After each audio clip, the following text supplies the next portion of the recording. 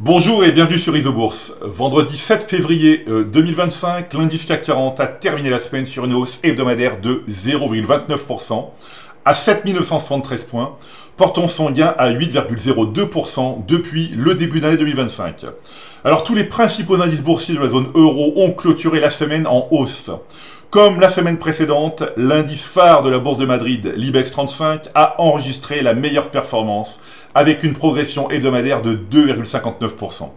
Depuis le début d'année, il affiche un gain de 9,43%, se positionnant ainsi comme l'un des leaders de la zone euro en ce début d'année 2025, aux côtés du DAX allemand.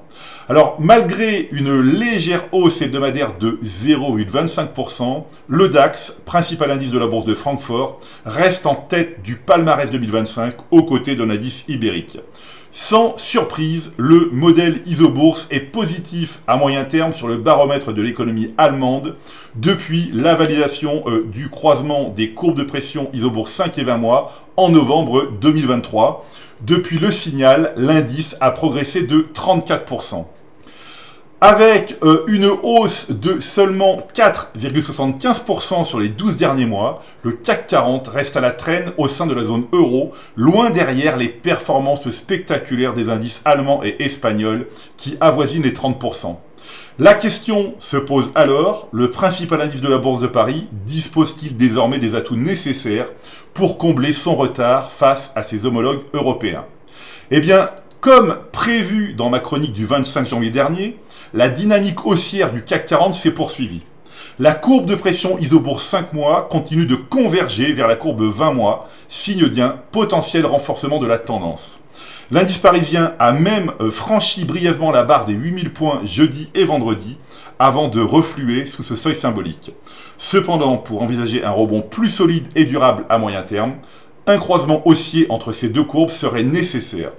Ce signal permettrait au CAC 40 de tourner définitivement la page des turbulences de 2024 et d'espérer une reprise plus vigoureuse.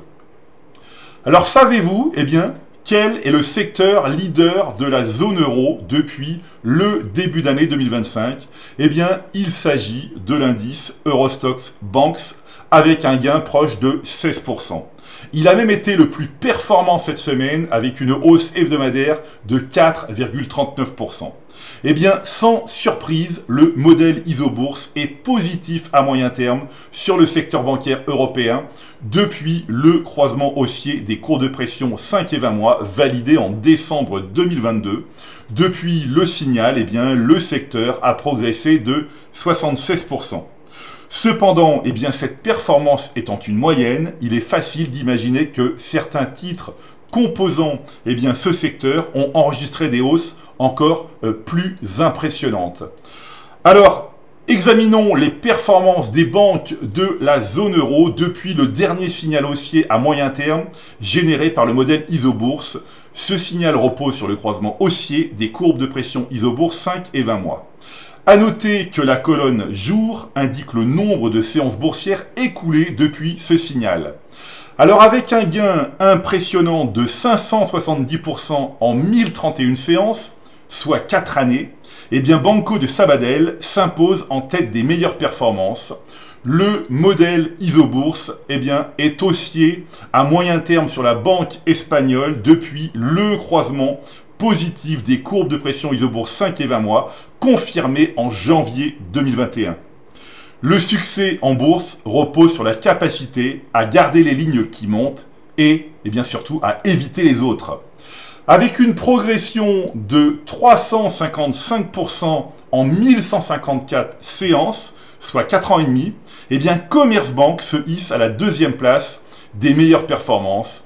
Le modèle Isobourse est haussier à moyen terme sur la banque allemande depuis le croisement positif des courbes de pression 5 et 20 mois validé en juillet 2020.